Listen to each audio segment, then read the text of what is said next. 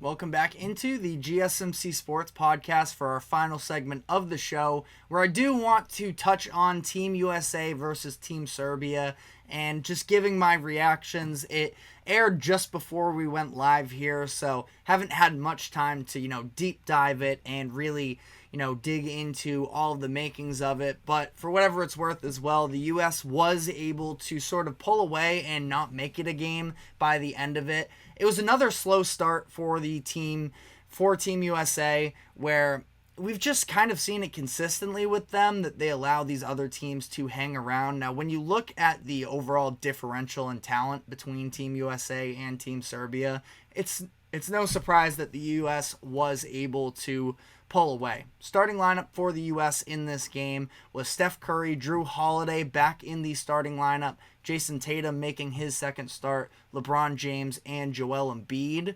And it was basically that God squad versus pretty much just Nikola Jokic, a pretty grizzled Nikola Jokic, by the way. He had the facial hair going a little bit. I kind of rocked with the look, but there were very few players on Team Serbia that I actually knew who they were.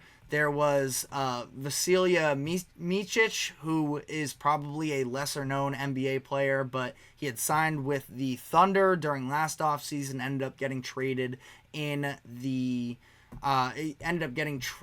to the Hornets in the Gordon Hayward trade earlier at the trade deadline. So, there was him, and then Filip Petrusev, who I remember he had a pretty good year with Gonzaga going into the COVID year, so I believe that was the season there wasn't an NCAA tournament, but, former Bulldog playing up against his former head coach in Mark Few, who is a bench coach on Team USA, so a little bit, interesting there. But for the most part, again, it's just a stacked Team USA versus everybody else. And in this game, it was encouraging to see Steph Curry sort of put his foot down and make himself a prominent force in this game because, like I mentioned, it's been a lot of slow starts for the US, and we saw Steph Curry attacking. He had 9 points in the first 5 minutes.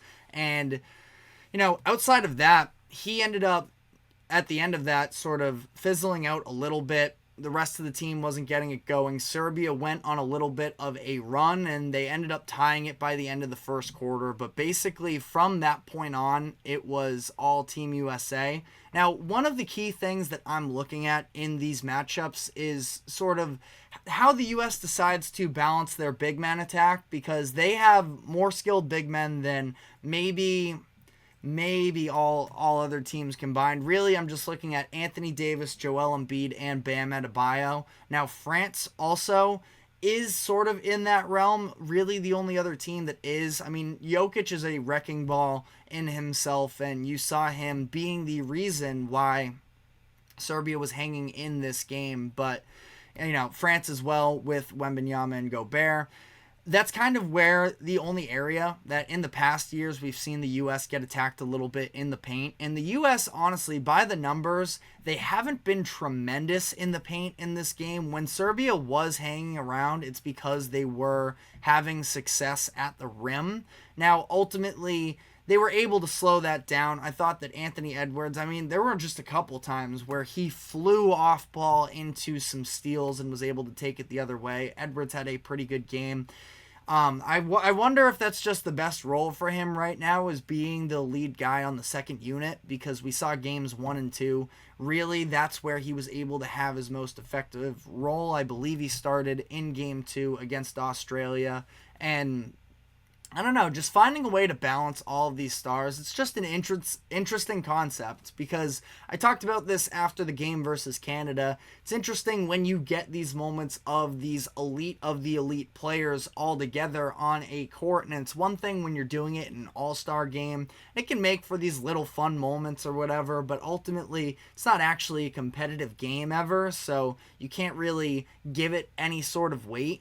But watching them, come to fruition in these big time games is something that it's just really fun. And, I do like seeing as well the difference in some of the rules, playing in the FIBA rules for whatever it's worth. And, try not to be too negative, as we are Patriots here on the GSMC Sports Podcast in terms of Team USA, but the Joel Embiid struggles have definitely been real, and it's clear that it's a little bit of a clunky start up to this point. Now, I still sort of stand by Embiid. I wouldn't feel great if I were a 76ers fan that he's even participating in this, considering his injury history, but who are any of us to try and take away the ability for him to represent his country? I know a little bit of controversy popped up before about the fact of him choosing Team USA over a Team France, or even, I don't even know if Cameroon has a team, but I stand by Embiid's decision. If he wants to represent his country that in America, then he should totally have the right to.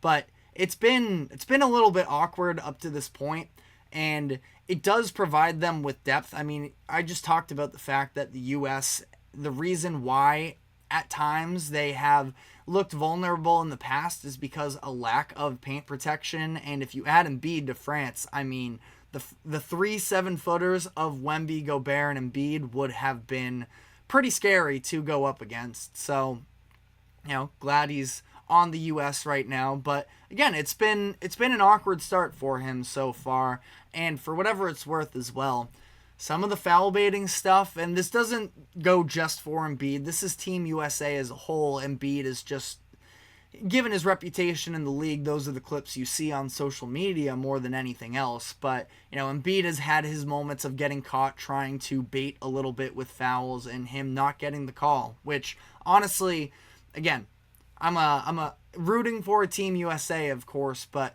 I don't mind seeing some of these star players not get the calls when they are playing specifically for the whistle. It's just not really my brand of basketball, so that's been something that I've been kind of keying into as well. As we do have a comment here from Shots Below the Belt. Is European basketball more physical than the NBA? Players like Giannis, Jokic, and Luka have flourished in the NBA. Could it be because of their experiences in Europe?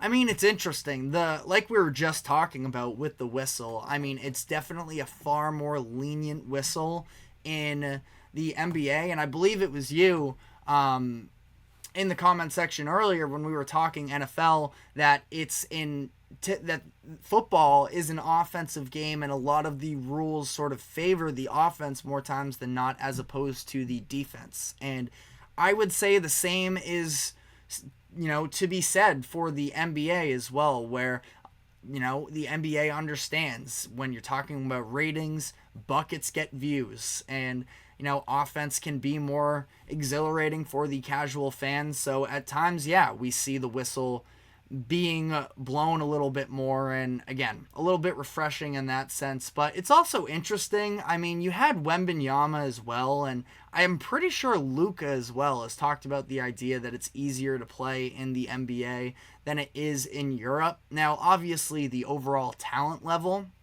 is not quite as high, but to your question about the physicality, I do think that there's definitely something to be said there. The number one thing I notice, though, more than anything when it comes to international ball, is just the constant movement and the lack of isolation that you see Jokic, and the way that he was animated at one point in that first quarter as well. Like, very animated, more than I think we've ever really seen from him when he was yelling out to his team, is the fact that everybody is just always moving. It is not isolation dependent. People are looking to make the extra pass, and for whatever it's worth, Team USA, I thought there were a couple times they tried to make the extra pass because they're trying to play unselfish and build up a chemistry, and that was almost what hurt them. But if you look at an average NBA game, that's really not the case. You do have a lot of sort of solo stars trying to put the weight of their team on their backs, and I think that you see it with European basketball. That's why some of these players, it seems like their vision is just at another level. When you talk about Jokic and Luka, and you can go down the list of some of their other players, I do think that Giannis is actually a pretty underrated passer as well, at least in terms of his ability to read the court. And that's what fascinates me most about the game, is because in the U.S., the way that it's, the foundation of it is you have the AAU tournaments and you have, player class ratings basically from, who knows when, 6th grade maybe, that they have all of these top prospects from a very young age, that it does sort of promote individuals more than teams as a whole. And I just feel like that's not the same dynamic in Europe. And to be fair, I don't live in Europe. I've never been to Europe. Definitively, I've never been to Europe. I had to double think there. But, I'm not sure what it's like growing up there. But it does feel like the way that they structure things. And I would be so curious to speak to somebody that's more of an expert on this topic in terms of how is it that all of these European players are so unselfish and yet still do have more than enough talent to be individual stars as well. So it's just kind of food for thought there. To, again, not really answer your question, but to give you my takeaways from the differences in European basketball versus American basketball. But the U.S. was able to pull away in this game, like I mentioned, tied after the first quarter. They had a 14-point lead by halftime, and they end up winning this 105-79. And it is just kind of an example of the U.S. really should not lose in the actual Olympics once it starts. These are all exhibition games, but once it gets to the real thing, the U.S. should clean up. But I am always just interested. Again, I root for the U.S., but I'm looking forward to the years to come here where we are going to see a little bit more of an international presence. Just saw 3 players from France get drafted in the top 6 earlier this year, so I think it's coming at some point. But let me know what your big takeaways on this game were in the comments section. Didn't really touch on the Australia game that happened the other day where they almost let a big lead slip away. But that one I wasn't able to watch as much because we were live. But that is all the time we have for today. Thank you very much for tuning into the GSMC Sports Podcast. Thank you to the GSMC Sports Network for allowing us to host this show. Remember to like, follow, subscribe wherever you keep up with us. Check us out on social media as well for more exclusive short content. Thank you to our viewers today for helping us put together an interactive show. Always a lot of fun when we do get to do so. And we will be back tomorrow afternoon, same time as always, at 2 o'clock p.m. Eastern. We will see you then.